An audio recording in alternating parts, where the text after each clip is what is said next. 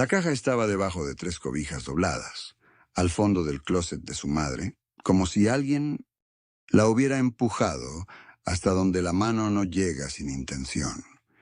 Valeria la sacó sin pensar, porque estaban vaciando el cuarto, y todo debía salir, y porque nadie guarda secretos en cajas de cartón café con el logo de una marca de zapatos. El cartón estaba blando en las esquinas, como pasa con las cosas que llevan décadas absorbiendo humedad y silencio. Olía a naftalina y a algo más antiguo que la naftalina, un olor cerrado que le llegó a la garganta antes de que abriera la tapa. Adentro había un sobre manila sin dirección, doblado a la mitad, y debajo del sobre una fotografía en blanco y negro que estaba boca abajo sobre el fondo de cartón. Valeria abrió el sobre primero. El documento que sacó tenía el nombre de su madre, Elena Garza Montiel, pero la fecha de nacimiento que apareció impresa no era la del 12 de marzo que la familia celebraba cada año con pastel de 3 leches y velitas rosas. La fecha decía 5 años antes. La localidad de origen decía Matehuala, San Luis Potosí. Y Valeria nunca había escuchado a su madre mencionar ese nombre en 34 años de conversaciones, de viajes, de preguntas de tareas sobre de dónde venimos. Había una firma al calce que no reconoció y un sello de registro que estaba parcialmente borroso, como si alguien en algún momento hubiera intentado frotarlo con algo húmedo. Luego levantó la fotografía. Su madre era joven en ella, muy joven, con el cabello recogido y un vestido claro que el blanco y negro convertía en gris, parada junto a un hombre de traje oscuro y corbata delgada. Los dos miraban a la cámara con una rigidez que no era timidez, sino otra cosa, algo más parecido a la contención de quien sabe que ese momento va a quedar registrado. Valeria volteó la foto, al reverso, en lápiz, con letra apretada y pequeña. Una fecha de 1971. El nombre, Ciudad Victoria, y una sola inicial mayúscula, R. La inicial no era la de su padre, que se llamaba Manuel. Desde la cocina llegaba el sonido del aceite hirviendo en el sartén y la voz de un locutor de radio anunciando el tiempo para el fin de semana.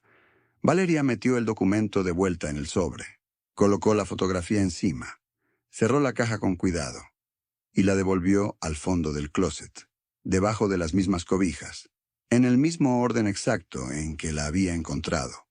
Cuando se puso de pie y se miró las manos, el olor a naftalina todavía estaba ahí, pegado a sus dedos como una pregunta que ya no tenía manera de no hacerse. Valeria tenía 19 años, cuando el teléfono sonó a las 3 de la mañana, y su vida dejó de pertenecerle del todo. Su padre había caído en la cocina de un infarto fulminante, y antes de que amaneciera, ella ya sabía que algo en ella iba a tener que volverse duro para que los demás pudieran seguir siendo blandos. Esa misma semana empezó a cubrir turnos dobles en la farmacia Benavides de la calle Insurgentes, de 7 de la mañana a 10 de la noche, con los pies hinchados dentro de unos zapatos de suela delgada que nunca cambió porque el dinero tenía otro destino.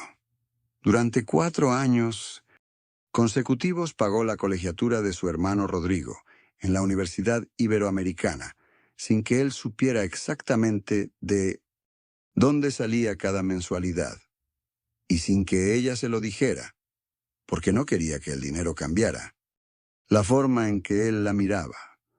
Postergó su propio posgrado en Administración de Empresas 4 veces, 4 formularios de admisión que llenó y guardó en un cajón sin enviar, porque cada vez que estaba a punto de irse, algo en la familia necesitaba que ella se quedara. Rechazó una oferta de trabajo en Monterrey, que le hubiera duplicado el sueldo, y después rechazó otra en Ciudad de Guatemala, y no lo hizo con dramatismo, sino con la misma calma con que cerraba la caja registradora al final de cada turno, como quien hace lo que toca. Su vida en esa ciudad no fue un accidente ni una resignación. Fue una elección que repitió tantas veces que dejó de parecerle elección y empezó a parecerle simplemente su vida. El centro de esa vida era Graciela. Valeria la llamaba todos los días a las 8 de la mañana, sin excepción, incluso desde el aeropuerto, incluso con fiebre, incluso la mañana que terminó su relación con Daniel y tuvo que hablar con voz pareja para no preocuparla. Conocía el nombre del médico de su madre, el doctor Fuentes, cardiólogo, consultorio 14 del tercer piso, y el nombre de la vecina, que le regaba las macetas los martes, doña Esperanza, que vivía en el 4B y tenía un perro llamado Canelo. Sabía que su madre tomaba losartán de 50 miligramos en ayunas y omeprazol antes de dormir, y guardaba una copia del último electrocardiograma en una carpeta azul dentro de su bolso.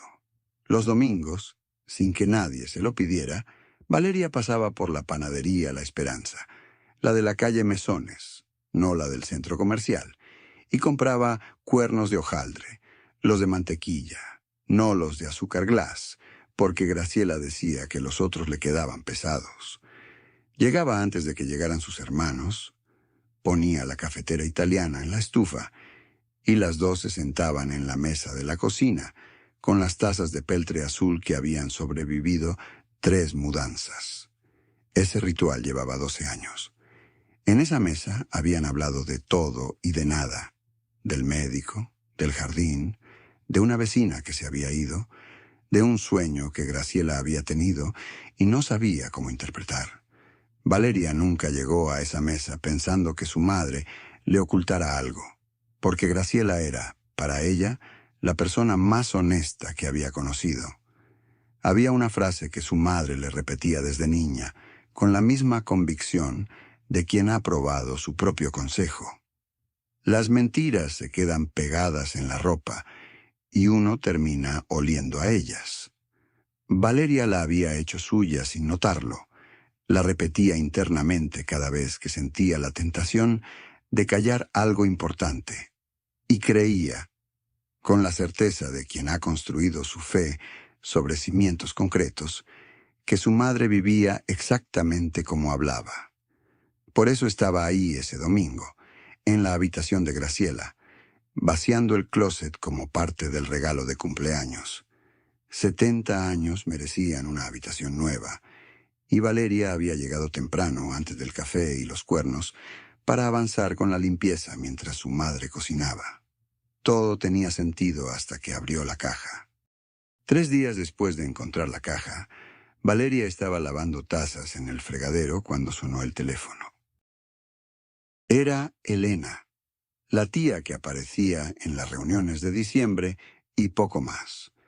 Preguntó si iban a celebrar el cumpleaños de Graciela en el pueblo, con esa naturalidad de quien da por sentado que la otra persona sabe de qué pueblo habla. Valeria cerró la llave del agua despacio y preguntó ¿qué pueblo? Con voz tranquila, como si fuera una pregunta sin peso.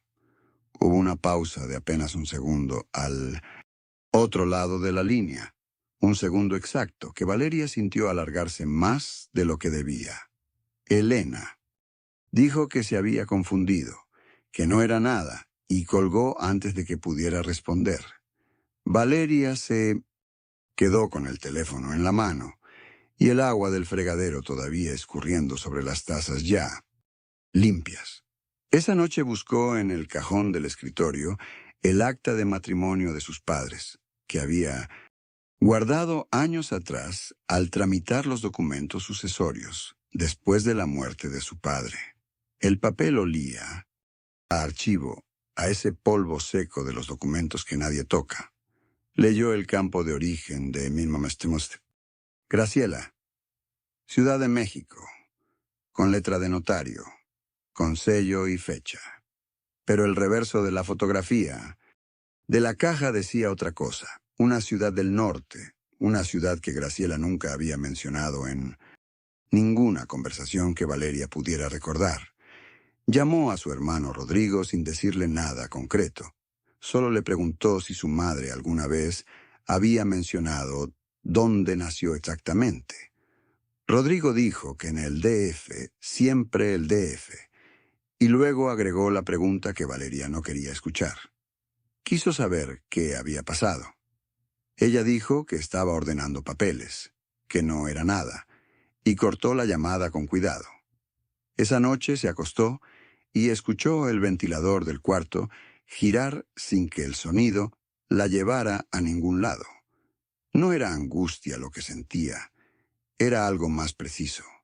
Una fecha que no cerraba, una inicial sin nombre, una ciudad escrita a mano y una pausa telefónica de un segundo que nadie le había podido explicar.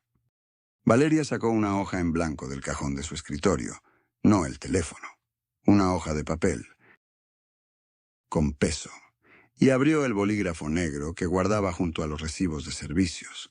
Escribió despacio, como si la letra apurada pudiera contaminar lo que estaba ordenando. Primero la fecha del acta, el número que no coincidía con el mes que su madre siempre había mencionado en las conversaciones de cumpleaños. Luego, el nombre de la ciudad al reverso de la fotografía, una ciudad que no era esta, que nunca había aparecido en ningún relato familiar. Debajo escribió la inicial sola, la R, sin apellido, sin contexto, sin una sola historia que la sostuviera. Y al final anotó la pausa de la tía Elena, esa fracción de segundo antes de responder, que no era olvido, sino cálculo. 4 puntos en la hoja. Los rodeó por separado con círculos pequeños y los unió con líneas rectas, sin adornos, como un mapa que todavía no lleva a ningún lado, pero ya tiene forma. Luego escribió debajo de todo, en letras más pequeñas y más firmes, una regla para sí misma: no hablar con Graciela hasta tener algo concreto en la mano. Nada oblicuo, nada insinuado, ningún silencio que ella pudiera interpretar como sospecha. El domingo seguiría siendo el domingo. El pastel seguiría siendo el pastel. Dobló la hoja en 3 partes iguales y la guardó dentro de la novela que descansaba en su buró, un libro de tapas color arena, que nadie más abría porque nadie más sabía de qué trataba, y lo cerró sin marcar la página. Tenía 3 lugares donde buscar, y los repasó en orden, no por importancia, sino por lo que podía mover primero sin despertar nada. El registro civil de la ciudad del reverso era el más lejano, pero también el más anónimo. Una consulta en línea, un correo sin nombre visible, ninguna conversación que alguien pudiera recordar después. La carpeta de fuelle café que Graciela guardaba en el cajón de la sala era el lugar más cercano y el más delicado, porque Valeria misma la había ordenado hacía 3 años, había metido cada papel en su lugar. Sabía exactamente en qué bolsillo interno estaban los documentos más viejos, los que su madre no revisaba, porque ya no necesitaba revisarlos, o eso creía. Y la tía Elena era la pieza más viva, la única que tenía voz y podía cambiar su versión, así que esa visita tenía que llegar con pretexto sólido y con tiempo.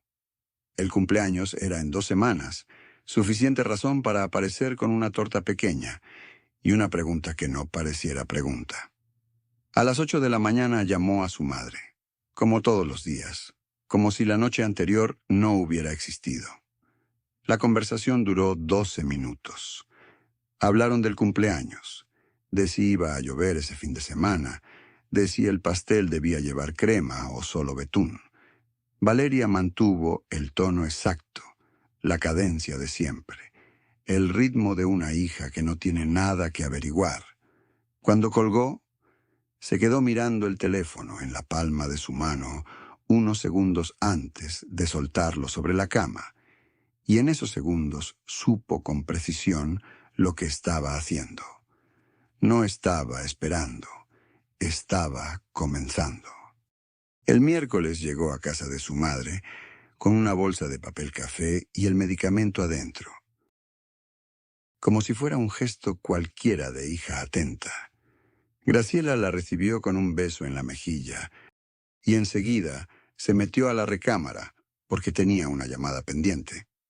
Valeria escuchó la voz de su madre alejarse por el pasillo y esperó 3 segundos antes de moverse. Abrió el cajón de la sala con la misma calma con que abriría el de su propia cocina, sin apuro, sin ruido. La carpeta de Fuelle Café estaba entre una garantía de una licuadora y 2 facturas del gas dobladas por la mitad.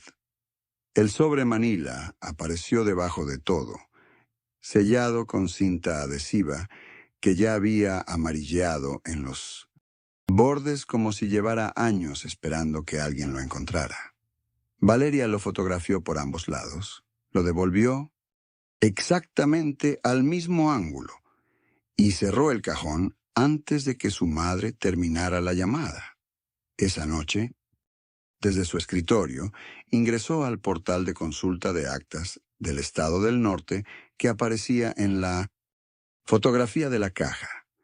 Escribió el nombre completo de su madre con cuidado, letra por letra, como si el error tipográfico pudiera arruinar algo frágil. El acta apareció en pantalla y la fecha de nacimiento era la del documento de la caja, no la que la familia festejaba cada abril con pastel de 3 leches.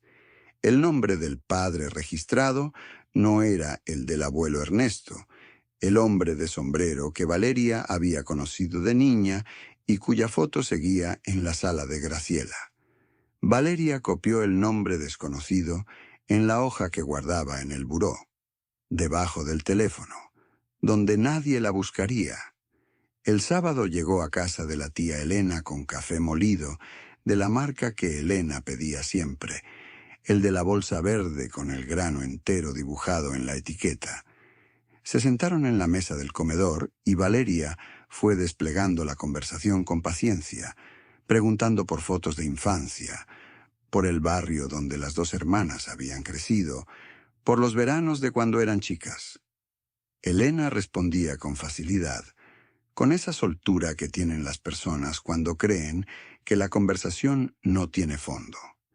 Entonces Valeria mencionó el nombre de la ciudad del norte, sin inflexión, como si fuera un dato menor dentro de una pregunta más grande. Elena puso la taza sobre la mesa, con una delicadeza que no correspondía al momento, como si el gesto necesitara más atención de la habitual. Dijo que hacía calor, aunque el ventilador estaba encendido, y las persianas cerradas, y cambió el tema hacia el cumpleaños que supuestamente Valeria había ido a coordinar. Valeria no insistió. Tomó un sorbo de café, asintió y habló de fechas y de torta. Esa noche anotó la reacción de Elena en la misma hoja del buró, con letra apretada y sin comentarios extras. Solo los hechos, el orden en que ocurrieron, la taza puesta con demasiado cuidado. Ya eran 4 piezas, y todas señalaban hacia el mismo lugar. ¿Quién había sido Graciela antes de convertirse en la madre que Valeria creía conocer?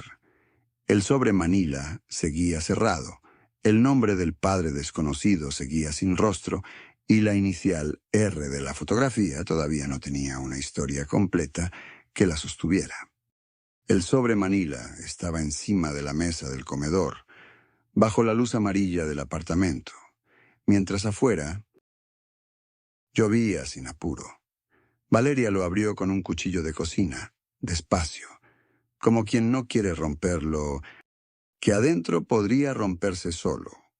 Sacó los 3 documentos y los puso en línea sobre la madera, de izquierda a derecha, con la misma precisión con que se ordena lo que no se entiende todavía. El acta de matrimonio civil tenía el sello del registro civil de 1974, las esquinas amarillas, y una firma que empezaba con R mayúscula alargada. Graciela tenía 18 años en esa fecha, y el nombre del contrayente era Rodrigo Meneses Varela, escrito con tinta azul ya desteñida. La carta era de 2 páginas, con letra inclinada hacia la derecha, una letra de hombre acostumbrado a escribir rápido y sin borrador. Valeria la leyó entera antes de detenerse en la frase que estaba cerca del final de la primera página. El niño tiene derecho a saber quién es su padre. La leyó una vez, la leyó otra, la leyó una tercera vez con el dedo índice apoyado sobre las palabras, como si el tacto pudiera confirmar lo que los ojos ya habían procesado. Entonces tomó la fotografía a color. Graciela de frente, el vientre visible bajo, una blusa floreada, y el hombre a su lado con una mano apoyada en el hombro de ella. Los dos mirando hacia la cámara con la seriedad de quienes no saben todavía que esa imagen va a sobrevivir décadas escondida. Valeria puso la foto junto al acta y buscó en su teléfono la fecha de nacimiento de Marcos, 4 de marzo de 1975. Hizo el cálculo sin papel, contando hacia atrás desde esa fecha hasta el embarazo visible en la fotografía. Y el número coincidió con el año del matrimonio de la misma manera en que coinciden las cosas que llevan mucho tiempo siendo verdad sin que nadie las diga. Marcos tenía 50 años. Había pronunciado un discurso en el entierro de su padre en 1999. Había llorado junto a la urna con una convicción que Valeria nunca cuestionó, porque no había razón para hacerlo. No hasta ese martes. Se levantó, fue hasta la cocina, abrió la llave del agua fría, llenó un vaso hasta el borde y lo bebió de pie frente a la ventana, mirando las luces del edificio de enfrente, sin ver ninguna en particular. Regresó a la mesa, volvió a sentarse y releyó la carta desde el principio, esta vez más despacio, buscando alguna cosa que pudiera cambiar el significado de lo que ya había entendido. No había nada. El secreto era completo y ya no le pertenecía solo a su madre. Le pertenecía también a Marcos, que lo cargaba sin saberlo desde hacía 50 años. Valeria llegó a casa de la tía Elena un jueves al mediodía, sin flores, sin pretexto, sin la bolsa de café molido que solía llevar como escudo.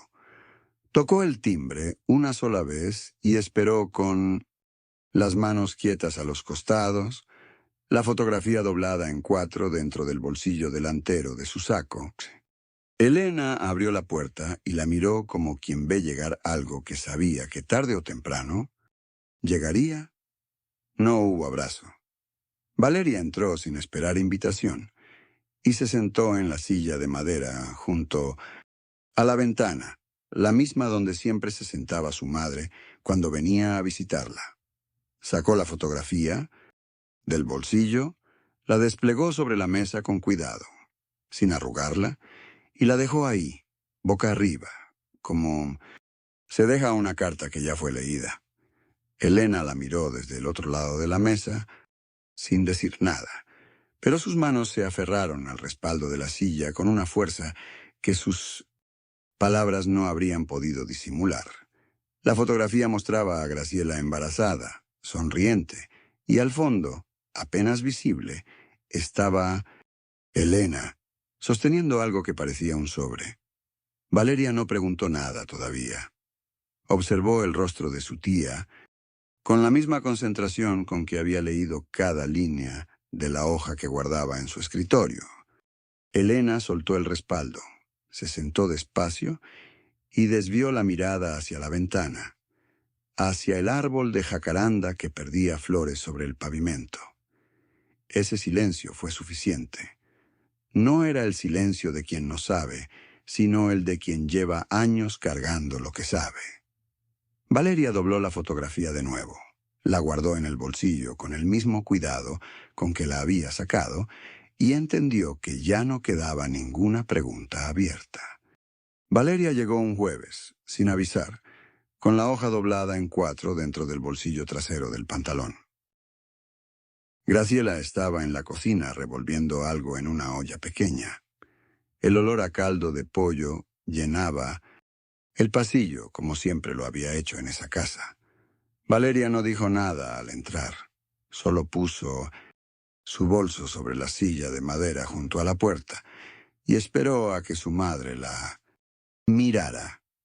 Cuando Graciela se dio vuelta, algo en la quietud de su hija le cambió el gesto antes de que se pronunciara una sola palabra.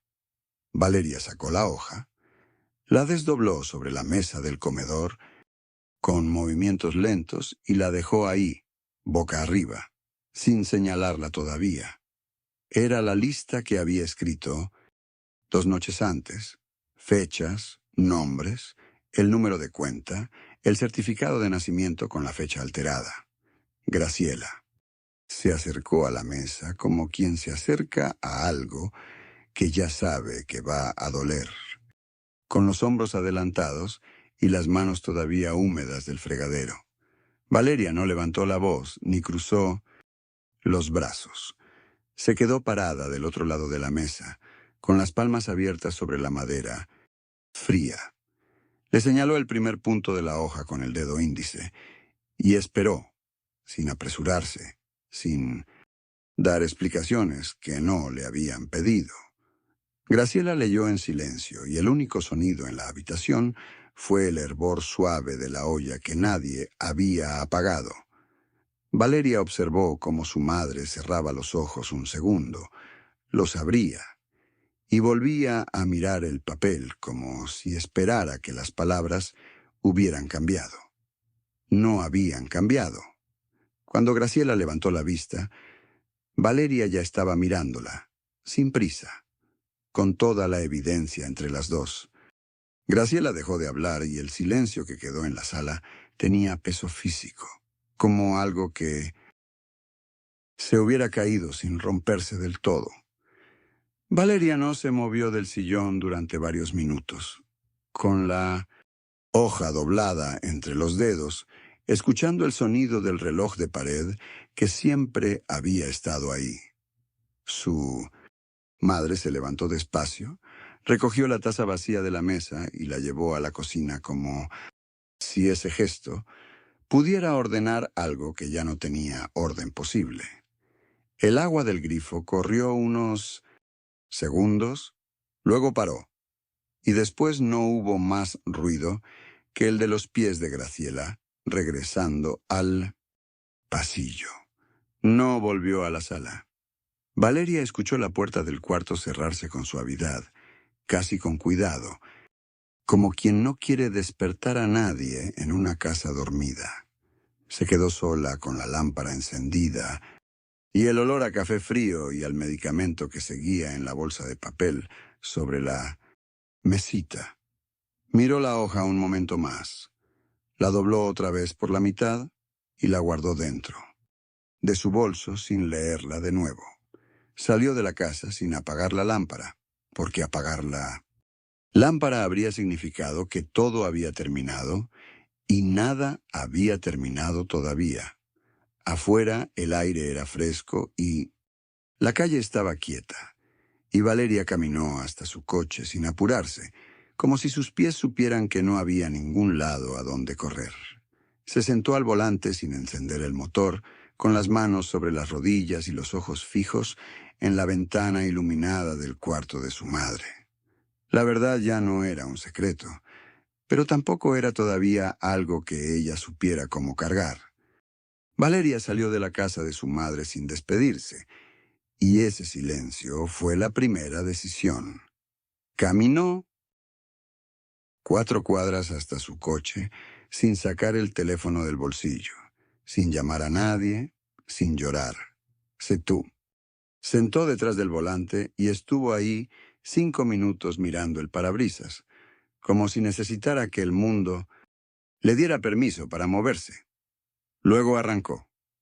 Esa noche, de vuelta en su departamento, abrió el cajón donde guardaba los documentos y sacó el acta de nacimiento que había pedido semanas atrás, la que tenía el nombre de su padre biológico impreso con tinta que ya amarilleaba en los bordes. La puso sobre la mesa junto a una libreta nueva, de esas con espiral metálica que nunca había usado, y escribió 3 cosas: lo que sabía, lo que aún no entendía, lo que necesitaba resolver. No era una lista de reclamos, era un mapa. Al día siguiente llamó a su trabajo y pidió 2 días, alegando un asunto personal, y nadie preguntó más. Fue al banco, revisó sus cuentas, calculó cuánto tiempo podía sostenerse si decidía tomar distancia más prolongada del mundo que conocía. Después fue al mercado. Compró verduras, arroz, pan de caja, café molido, todo lo necesario para no tener que salir durante varios días. Cocinó sola, con el radio apagado, escuchando solo el aceite en el sartén y el agua hirviendo. Y eso también fue una decisión: quedarse con el ruido real de las cosas. Buscó en Internet el nombre que estaba en el acta y encontró 3 perfiles posibles en redes sociales, todos hombres de más de 60 años, uno con una foto donde sonreía frente al mar. Lo guardó en una carpeta de favoritos sin abrirlo del todo, porque aún no era el momento, pero tampoco lo cerró.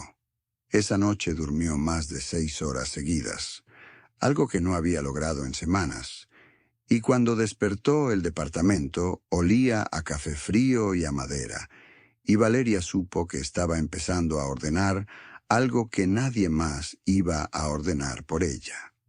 Pasaron 3 semanas antes de que Valeria volviera a entrar a la cocina de su madre, sin sentir que pisaba terreno prestado.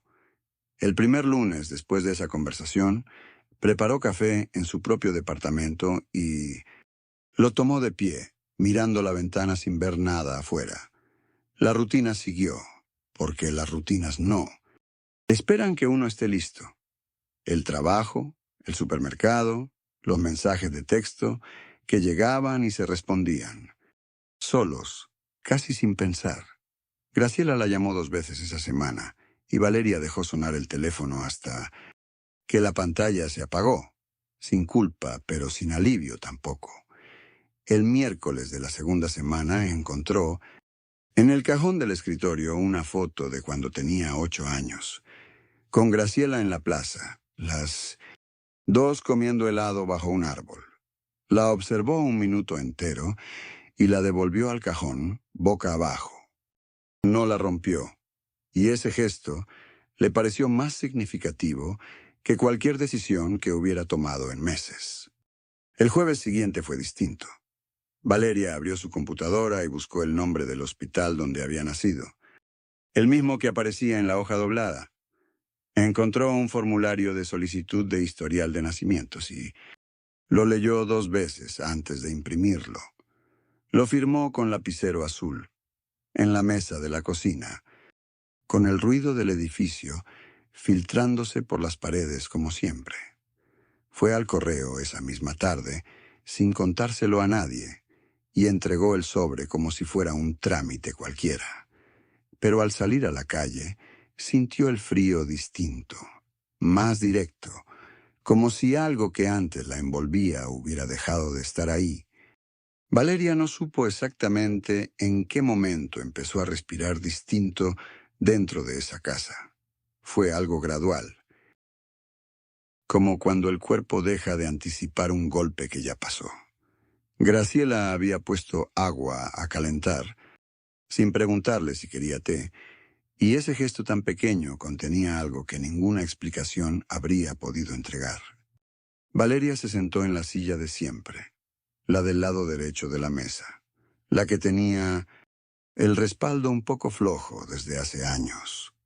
El olor a manzanilla fue llenando la cocina despacio, mezclado con el del jabón de lavanda que Graciela usaba desde que Valeria era niña.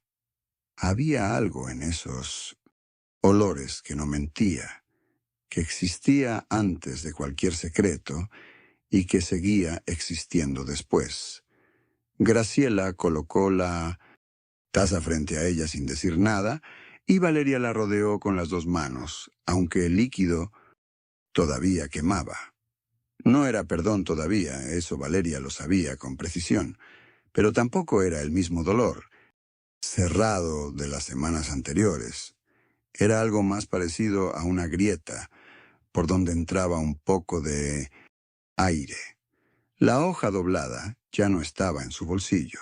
La había dejado sobre la mesa al llegar, y ninguna de las dos la miró en ese momento. Graciela se sentó al lado, no enfrente, y ese detalle físico importó más que cualquier palabra. Valeria tomó el té en silencio y sintió que el silencio, por primera vez en mucho tiempo, no tenía nada que ocultar. 3 meses después, Valeria encontró la caja de cartón donde todo había comenzado, todavía sobre el estante alto del armario de su cuarto. La bajó con las dos manos, despacio, como si el peso hubiera cambiado, aunque el contenido fuera el mismo. Las cartas seguían ahí, ordenadas por fecha, con la tinta corrida en las esquinas que ella misma había tocado demasiadas veces. Las olió sin querer. Papel viejo, polvo, algo parecido al perfume de su madre cuando era niña. Puso la caja sobre la cama y la miró un momento sin abrirla, porque ya no necesitaba leer nada para saber lo que decía. Lo que había dentro ya no era un secreto. Era simplemente la historia de cómo su familia había sido construida, con los materiales que había, por alguien que también tenía miedo. Cerró la tapa con la palma de la mano. Sintió el cartón liso y frío bajo los dedos y la llevó al fondo del armario, no para esconderla, sino porque ya no necesitaba tenerla a la vista para recordar. Recordar ya no le costaba lo mismo. Esa noche cocinó arroz con la ventana abierta.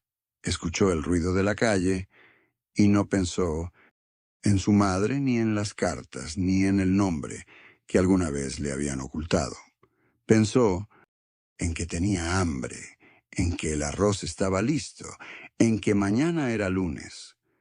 Había algo ordinario y verdadero en eso, algo que la mentira nunca le había quitado del todo y que ahora, por fin, le pertenecía completo.